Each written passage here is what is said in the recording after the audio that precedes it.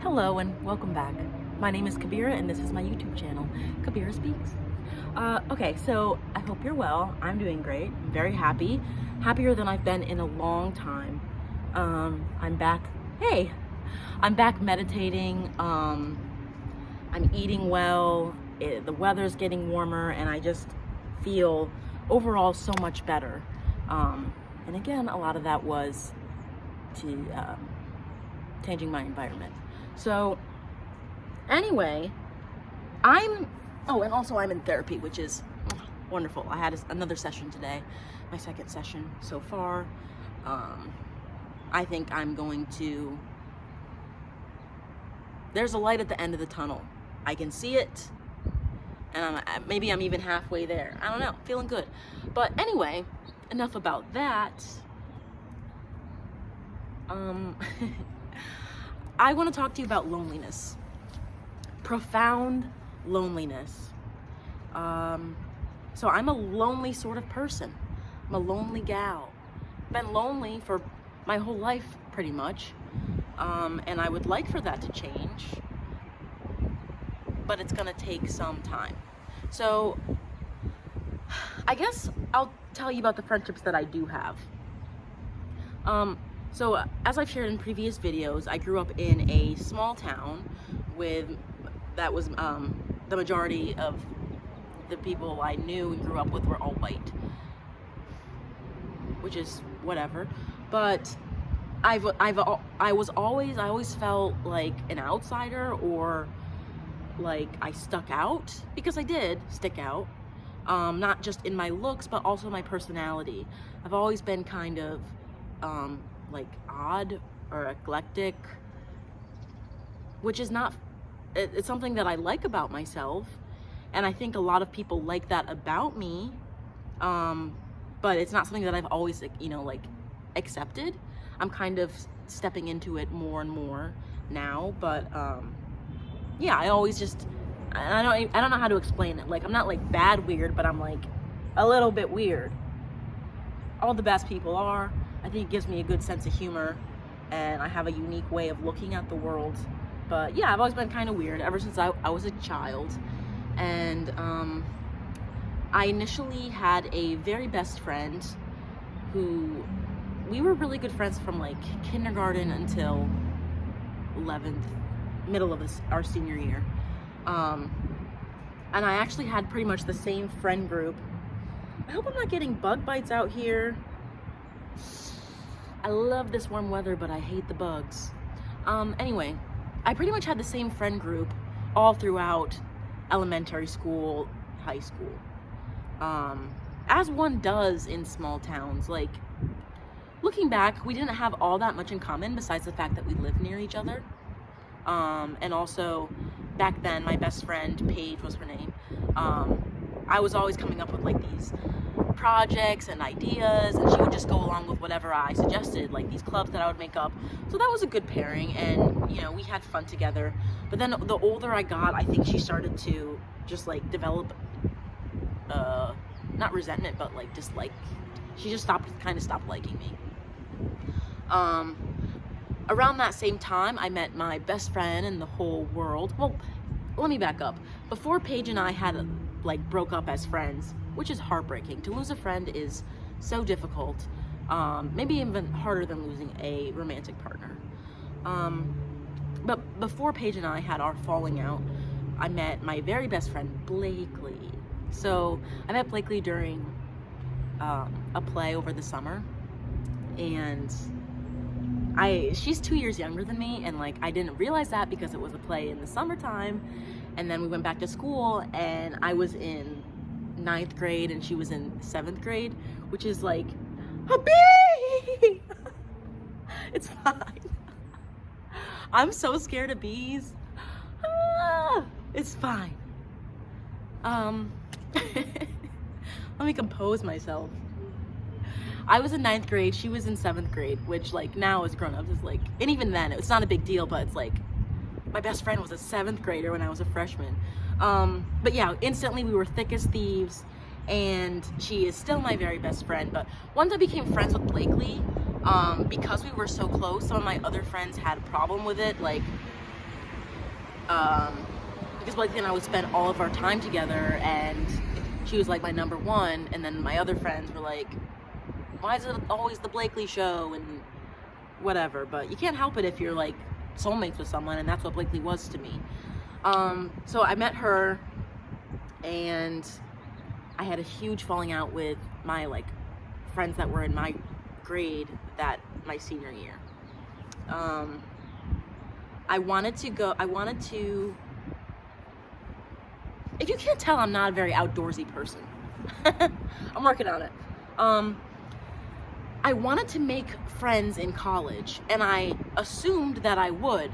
So in high school, I had my one friend group. I had my theater friends, which is what Blakely was to me, plus my best friend. But like, you know, I did drama club and stuff, so I had friends in that. And I was like very active in high school. I loved doing clubs and activities, and I think I was pretty well liked. I know I was very well liked. I didn't really feel it at the time because insecurity and the inner critic telling you that things that aren't true, but I was. And like, I know that because, well, I just know it, but also other things like prove it to me. Like, I was able to run for the president of my class every year and win, which it's like now it's like, Lord, take this cup from me, I don't want it. But I did win, and I was on prom court. Excuse me, I wasn't on prom court. I was on homecoming court, just to be clear.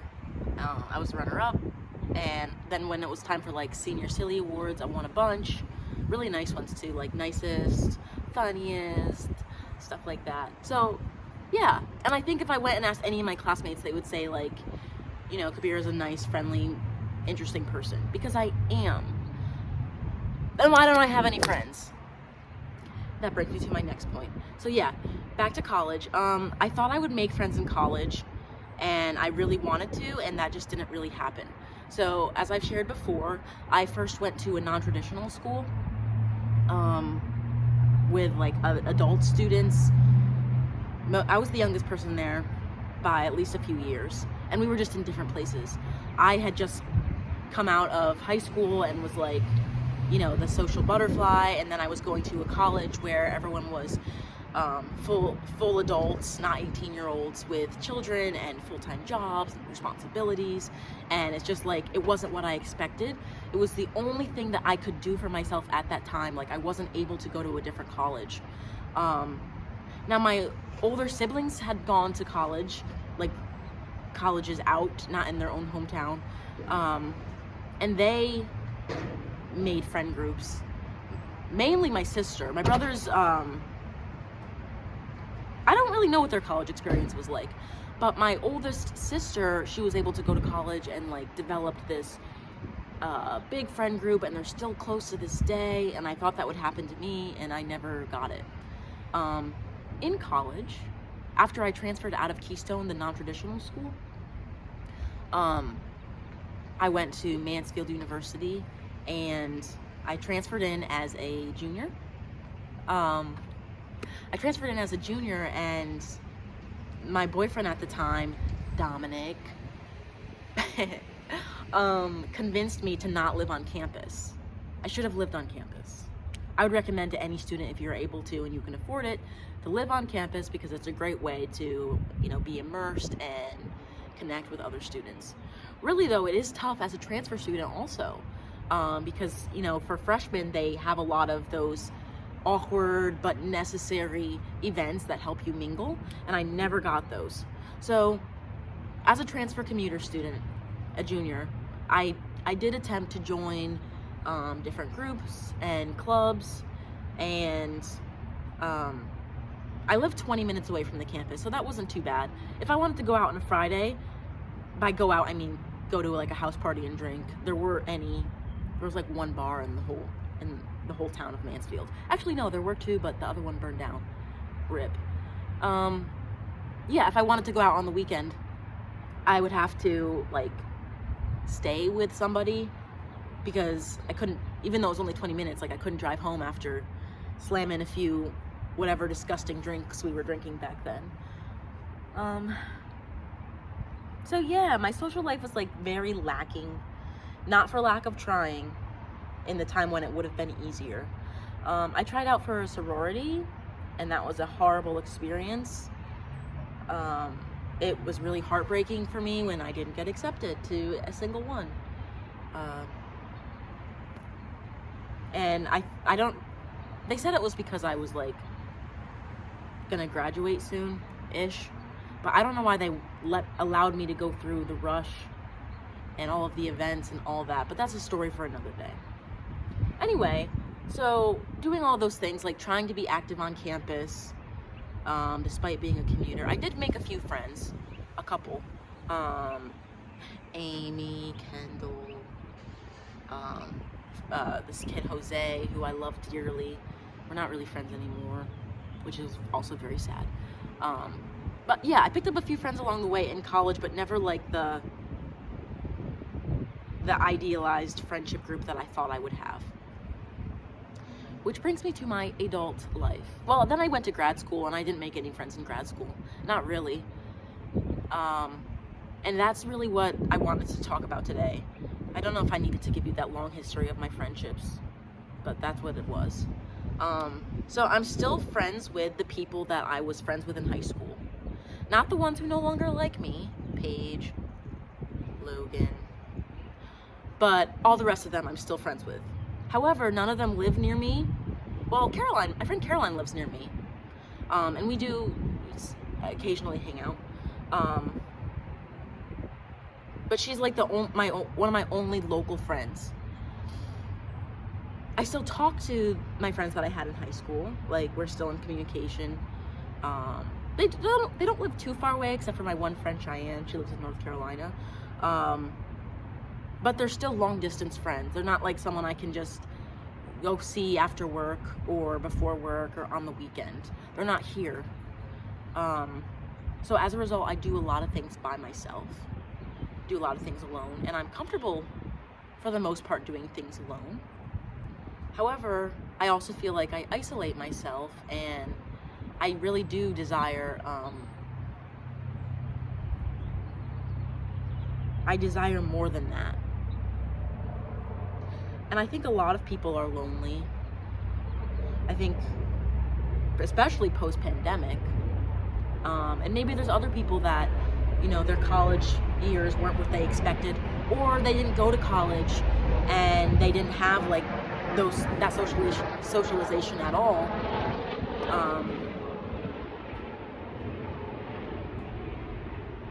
I know that there are people who are lonely. I know that it's not just me, because I see it all the time on social media, like, especially with women. I don't know if it's easier for men to like bond and make friends, but it is very hard for women. I get so anxious around other girls. It's like stupid. And I guess for me, well, two things. First of all, because I have a low sense of self-worth, it's getting better, but because I have a low sense of self-worth and an anxious attachment, I gravitate towards, first of all, men. Men are the easiest people to be friends with, men who think I'm attractive, because they want something from me and they will be my friend with like an underlying undertone of this is going to lead somewhere. And even if that's not what I want, sometimes I will go along with it because I want to have a friend. The second group of people that's easiest to be friends with would be people who are manipulative and very needy. People who are manipulative and needy, again, I know there's something that I could give them, whether that would be rides, money, whatever. And if I can give you something, that means I like earned your friendship and care. And again, because I have a low sense of self-worth, it's hard for me to be like, oh, someone wants to hang out with me just to hang out with me. And people who like don't want anything from me, I get very anxious around. I don't find it difficult to make a friend. I find it difficult to maintain that friendship once the initial meet has gone. So I think like when I first meet people, I can be very, outgoing, bubbly, cheerful, friendly, interested, kind, empathetic, all of those things.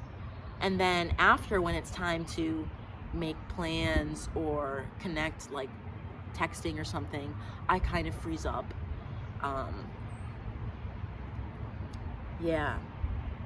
And I might invite a potential friend to do something one time, and if they don't follow through on their plans, then my inner critic says they don't actually like you, you're being annoying, you're wasting their time, why are you even bothering to try? And then I will give up. And that's like kind of been a pattern for me. And actually, a girl I went to high school with, she messaged me on Twitter and she was like, hey, I think we should be friends. You know how happy I was when that happened, when she messaged me that? And then I saw her at my cousin's bridal shower. I was so nervous I couldn't even say hi except to wave. And like, people don't understand that I have that type of anxiety and that type of nervousness inside me, because I hide it, but it is there and it really holds me back sometimes. So that was really awkward. We still follow each other on Twitter, but like, yeah, I dropped the ball. She initiated the contact. I didn't pick it up and carry it, and yeah, the whole thing's made me feel like awkward and made me feel bad. Other times I have asked people to hang out, and it just hasn't gone anywhere. And then my feelings get hurt because I feel like no one's ever asking me. No one's ever making an effort to be my friend. So it's hard out there, it really is. That doesn't mean it has to always be this way. And I think one of my goals for myself is to make more meaningful connections in my area that I live in. So have you heard of a parasocial relationship? That is when it's like an online relationship. So people who are like me, people who are sad, traumatized, all that stuff, often find comfort in parasocial relationships. Actually, sometimes people will tell me like, Kabira, when I watch your YouTube videos, it feels like I'm talking to a friend. And I think that's because I feel like I'm also talking to a friend, even though, and my friend being like you, my audience. I feel like I'm talking to someone who cares about me, supports me, and likes me, even though I can't see you physically or like be together physically. I've also had like online friendships that I've maintained through the years, and that's actually kind of typical of people who like have this type of anxiety. I've seen it in people like who play video games. They'll make friends online and be able to maintain those friendships. Yeah, it's not uncommon. However, I can't go grab a beer with my online friends, you know?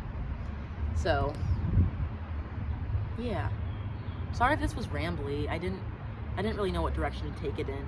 I think what my biggest takeaway is, you can be the friendliest person in the world and still be friendless. Also, I'm not friendless. I do have friends. I just oftentimes feel like I'm alone. I am trying to change. I am planning a cosplay group with a couple of friends, and that's gonna be super fun. That's in June. I'm planning on going as Storm from X-Men, and I asked a few people to come, which that was hard for me to do. Like, that took a lot for me to do, to reach out and send the invite, but I was so pleased when they said yes. And it is gonna feel really great when it comes to fruition. And then it's also my birthday month.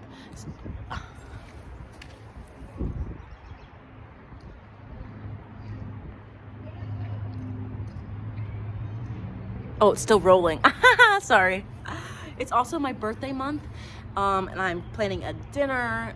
Blakely's coming down. I always feel better when Blakely's around. She's like my security blanket. Yeah, I'm planning to have a birthday dinner, and Robert, my friend Robert, who has lived in Delaware for like, well, always, he has a few friends. He has several friends in the area, and like I've met them, I like them. I asked him to invite some of them to my birthday dinner for me. And on one hand, I'm like, is that okay to do? Am I just absorbing someone else's friends and not making my own? But I think it's fine. There's nothing wrong with making friends that way. Like, that's the most organic way to meet people, is it not? And then my therapist also suggested Meetup, which I've done Meetup in the past. It's an app where you guessed it, meet up with people. So yeah, it's gonna be uncomfortable for me to do because I'm gonna feel anxious the entire time probably, but it's worth doing. Yeah, I just gotta tell my inner critic to shut the hell up, and I'm capable of being a great friend. I'm worthy of friendships that are meaningful, and I want to go out and get them. But yeah, if you have experienced like this type of loneliness, I understand. I understand putting yourself in toxic situations because it's all you know, and you think it's all that you deserve. I get that. And I feel for you because that's a painful thing to go through. It's very isolating. Yeah. So that's everything for today. Sorry if it seems like I wasn't making like eye contact, but it is really sunny out, which I'm not complaining, but that's why I'm Squints McGee over here. So, oh, and I got my hair done. Doesn't it look so pretty? I'll show you the back.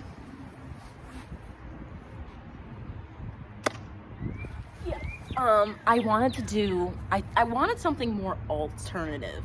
Like, I wanted to do bright green, but my hairstylist said we can't do that for like logistical reasons. So, but yeah, this is what I got. It is pretty, I love it. I'm feeling myself. I'm happy, and I'm thankful. And yeah, thank you for watching this video, as always. Sound off in the comments if you want to talk about friendship or loneliness or anything at all, because I love to read them. And thank you so much. I'll catch you next time. Bye.